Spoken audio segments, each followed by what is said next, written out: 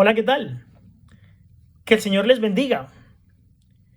La lección del día de hoy se titula La vida y el bien, la muerte y el mal, la bendición y la maldición. La lección nos muestra contrastes. La lección nos muestra opuestos. Opuestos que están o de parte de Dios o en oposición a Dios.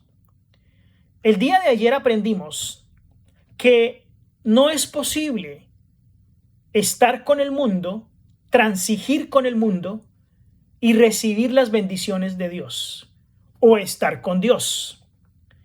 Es imposible transigir con el mundo y al mismo tiempo estar con Dios. Dice Deuteronomio el capítulo 5 y el versículo 30. Y noten tres puntos fundamentales que nosotros debemos atender si queremos obtener vida. Número 1, leo el texto. Amando a Jehová tu Dios, atendiendo a su voz y siguiéndole a Él, porque Él es vida para ti y prolongación de tus días. Es decir, existen dos bendiciones si acatamos lo que dice el texto al inicio. Amando a Jehová tu Dios. Hemos aprendido en otras lecciones que amar a Jehová tu Dios significa obedecerle. Y esa obediencia es clara, la obediencia de los 10 mandamientos. Atendiendo a su voz. Atender a la voz del Señor significa que el obedecer sus mandamientos, el serle obediente a Dios, no se haga únicamente de forma legalista, sino que al obedecer sus mandamientos, al obedecer a Dios, atendemos su voz, es decir, permitimos que Él se posesione de nuestra alma, de nuestro corazón, de nuestra mente y de nuestros actos. Y siguiéndole a Él, en otras palabras, seguir sus pisadas, hacer lo que el Señor hizo, que fue hacer el bien.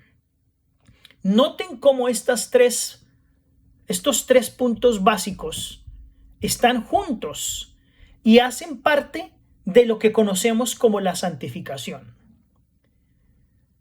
Vida para nosotros es lo que deseamos. Deseamos prolongación de nuestros días, no solamente los días en esta tierra, sino los días por la eternidad. Pues dice el texto, de nuevo lo leo, amando a Jehová tu Dios, es decir, obedecer sus mandamientos, guardar su ley, atendiendo a su voz. Número 2, permitir que tome posesión de nuestro cuerpo, de nuestra alma, de nuestros pensamientos, de nuestras acciones, de nuestras palabras, tal y como lo aprendimos el día de ayer. El atender al Señor, su voz significa que Él tome posesión absoluta de todas nuestras pasiones, de todos nuestros deseos carnales. Y el punto número 3 del texto dice, siguiéndole a Él, es decir, siguiendo las pisadas de Cristo, hacer el bien a los demás. En otras palabras, estos 3 puntos de Deuteronomio 5:30 apelan a lo que el cristiano debe hacer en una vida práctica, porque Él es vida para ti y prolongación de tus días. Vida para ti. En eso está tu vida, dice el texto. En amar a Dios. En amar a Dios está la vida. En llevar una vida inspirada y dirigida por el Espíritu y el amor de Dios. En eso consiste la vida eterna. Las posibilidades de vida para cada hombre se reducen finalmente a 2. Una es amar a Dios con todas las facultades. El resultado final es la vida en toda su plenitud. Una vida que acaba con la inmortalidad, La otra alternativa es desatascar la buena voluntad de Dios. Es decir, en que nosotros permitamos que esa voluntad de Dios no esté en nuestra vida. No la podemos desacatar cuando dedicamos la vida a cosas de esta tierra. Una vida que transcurre persistentemente de esta forma lleva necesariamente a la muerte eterna. Estas alternativas constituyen una exhortación para cada hombre y para cada mujer que llega al mundo. Y es aquí entonces cuando nosotros podemos observar que el tomar parte del Señor va a hacer que en nosotros exista y se den frutos. Se avecina un conflicto muy grande y en este conflicto nadie puede permanecer neutral. Y para no permanecer neutral, debemos tomar parte activa en la causa de Dios. Y ya vimos cómo tomamos parte activa en la causa de Dios, de acuerdo a Deuteronomio 5:30. Recordemos la conducta nefasta de Salomón. Salomón atrajo una inevitable vida desgraciada con un castigo. Al separarse de Dios para relacionarse con idólatras, se acarreó tristemente la ruina. Al ser infiel a Dios, perdió el dominio propio y tristemente desapareció su eficiencia moral. Sus debilidades fueron aún mayores. Sus sensibilidades delicadas se embotaron. Su conciencia se cauterizó. Se degeneró a tal punto de consentir que se erigiese un ídolo al cual se sacrificaban niños vivos. El que en su juventud había sido dotado de discreción, de entendimiento, el que en pleno vigor de su edad adulta se había sentido inspirado para inscribir lo que está en Proverbios 14:12, que dice: hay camino que al hombre parece derecho, empero su fin son caminos de muerte. Este se apartó tanto de la pureza en años posteriores que aún toleraba los ritos licenciosos y repugnantes relacionados con el culto de Aquemos, Astarot y Astarte. ¿Recuerdan estos cultos que hablamos de ellos en lecciones anteriores? A ese punto llegó Salomón. El que en ocasión de la dedicación del templo había dicho a su pueblo: sé pues perfecto vuestro corazón para con Jehová vuestro Dios. Este transgredió él mismo y negó sus propias palabras en su corazón, en su vida.